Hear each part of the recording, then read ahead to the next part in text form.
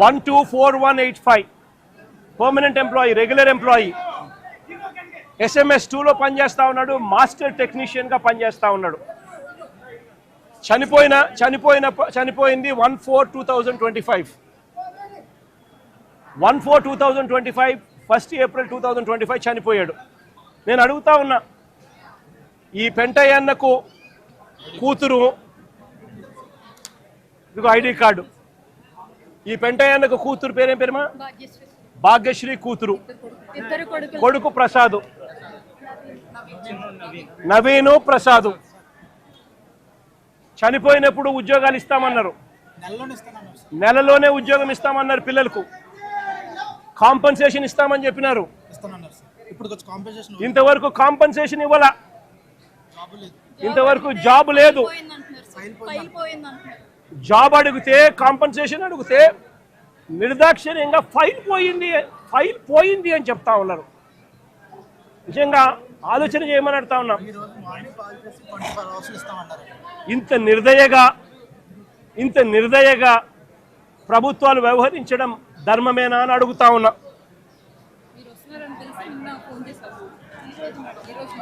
సిమిలర్గా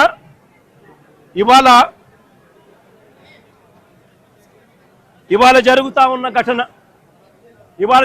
ఉన్న ఘటనలో దాదాపుగా ఇప్పటికే 9 మంది చనిపోయారు. దాదాపుగా మరో 5 మంది హాస్పిటల్లో వైద్యం పొందుతూ ఉన్నారు. ఈ 5 మందిలో కూడా ఒకరి పరిస్థితి విషమంగా ఉంది. వీళ్లకు కాంపన్సేషన్ విషయంలో నిన్న చంద్రబాబు నాయుడు గారి సుపుత్రుడు ఆయన మాట్లాడిన మాటలు చూస్తే నిజంగా నాకు ఆశ్చర్యం అనిపిస్తుంది. మానవత్వం అన్నది ఎవరికైనా ఎక్కడైనా కానీ కొద్దో గొప్ప ఉండాలి కదా, ఇలాంటి మనుషులు కూడా ఉంటారా అనిపించింది. నిజంగా ఆయన అంటాడు 1,72,00,000 ఇస్తా ఉన్నాము అని చెప్పి. నాకు ఆశ్చర్యంగా నేను అడుగుతా ఉన్నా, అయ్యా లోకేష్ గారు, ఈ 1,72,00,000లో మీరు ఏదైతే మాట్లాడుతూ ఉన్నారో ఆ ఎంప్లాయీస్కు రైట్ఫుల్గా వాళ్ళకి రావాల్సిందే కదయ్యా నువ్వు ఇస్తూ ఉన్నావు, ఎక్స్ట్రా నువ్వేమి ఇస్తూ ఉన్నావు అని చెప్పి నేను అడుగుతా ఉన్నా. ఈ ఎంప్లాయీస్కి రావాల్సిన గ్రూప్ ఇన్సూరెన్స్ అయితేనేమి, ప్రావిడెంట్ ఫండ్ అయితేనేమి, గ్రాట్యుటీ అయితేనేమి, రిస్క్ ఇన్సూరెన్స్ అయితేనేమి, వీటి నేపథ్యంలో 1.45 crores వాళ్ళకే రావాల. ఆ తర్వాత కంపెనీనే మరో 25 లక్షలు ఇస్తూ ఉంది. అది కూడా విశాఖపట్నం స్టీల్ ప్లాంట్ కంపెనీయే ఇస్తూ ఉంది. కేవలం ప్రైమ్ మినిస్టర్ రిలీఫ్ ఫండ్ కింద కేవలం 2 లక్షల రూపాయలు అదనంగా ఎక్స్గ్రేషియా కింద వస్తూ ఉంది.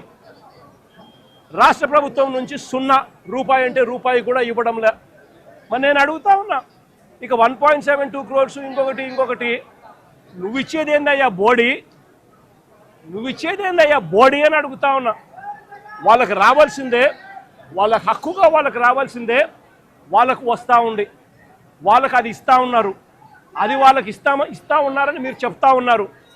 ఇది నిజంగా ధర్మమేనా, న్యాయమేనా అడుగుతా ఉన్నా. ఇదే విశాఖపట్నంలో ఇంతకుముందు మా హయాంలో ఇలాంటి ఒక దుర్ఘటన జరిగితే అక్కడ కూడా మనుషులు చనిపోతే ఎంతమంది చనిపోయినారు? ఎల్జీ పాలిమర్స్లో అప్పట్లో కూడా ఒక దుర్ఘటన జరిగి 14 మంది అప్పట్లో చనిపోయిన ఘటన జరిగితే రాష్ట్ర ప్రభుత్వం ఎలా స్పందించింది? వెంటనే ముఖ్యమంత్రి ఇక్కడికి వచ్చి, అంటే జగన్ ఇక్కడికి వచ్చి ఏకంగా కోటి రూపాయలు చనిపోయిన కుటుంబాలకు ఇచ్చి ఆదుకున్న పరిస్థితులు బహుశా దేశ చరిత్రలో ఎక్కడా కూడా జరగలేదేమో. ఒక్క ఆంధ్ర రాష్ట్రంలో జగన్ ముఖ్యమంత్రిగా ఉన్నప్పుడు చోటు చేసుకున్న ఘటన.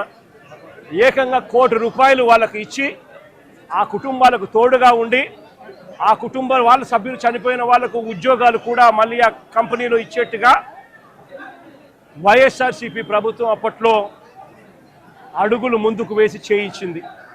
నేను అడుగుతా ఉన్నా, ఈరోజు ఈ ప్రభుత్వం, చంద్రబాబు నాయుడు గారి ప్రభుత్వం స్పందిస్తూ ఉన్న తీరు నిజంగా ఎంత అన్యాయంగా ఉంది అని ఒక్కసారి మనస్సాక్షిని అడుక్కోండి మీరు అని చెప్పి నేను కోరుతా ఉన్నా. ఈ ప్రభుత్వాన్ని గట్టిగా డిమాండ్ చేస్తూ ఉన్నాం. వాళ్ళకి రావాల్సింది వాళ్ళకి ఇప్పించడంలో నీ గొప్పతనం ఏమీ లేదయ్యా. వాళ్ళకి రావాల్సిన కోటి 72 లక్షలు కోటి 72 లక్షలు ఏదైతే ఇస్తా ఉన్నారో 1,45 లక్షలు వాళ్ళకి రావాల్సింది ఏదైతే ఇస్తా ఉన్నారో అది గొప్పతనం. నీ గొప్పతనం ఏమీ కాదు. కంపెనీ నుంచి కేవలం 25 లక్షల రూపాయలు మాత్రమే ఆ ఎంప్లాయీస్కు వస్తూ ఉంది. ఈ నేపథ్యంలో నేను చెప్తా ఉన్నాను, అయ్యా అప్పట్లో వైసీపీ ప్రభుత్వంలో ఉన్నప్పుడు ఏ రకంగా అయితే ₹1,00,00,000 ప్రతి కార్మికుడికి ఇచ్చి తోడుగా ఉన్న నేపథ్యం పరిస్థితులు ఏ రకంగా జరిగాయో అదే మాదిరిగా ప్రతి ఎంప్లాయీకి మేము ఇంతకుముందు చేసి చూపించినాం. మేమేదైతే చేసి చూపించినామో అదే మిమ్మల్ని కూడా చేయమని అడుగుతా ఉన్నాం. మేమేమి ఎక్కడా కూడా అన్యాయంగానో లేకపోతే మేము చెయ్యనిది మిమ్మల్ని చేయమని చెప్పి అడగడమో చెడగడంలా మేమేదైతే చేశామో అదే చేయమని అడుగుతా ఉన్నాం. వెంటనే వాళ్లకు ఈ 1,45 లక్షలకు అదనంగా వాళ్ళకి ఏదైతే వస్తూ ఉండదో దాంట్లో నీ ప్రమేయం ఏదైతే లేదో వాళ్ళకు సంబంధించిన గ్రూప్ ఇన్సూరెన్స్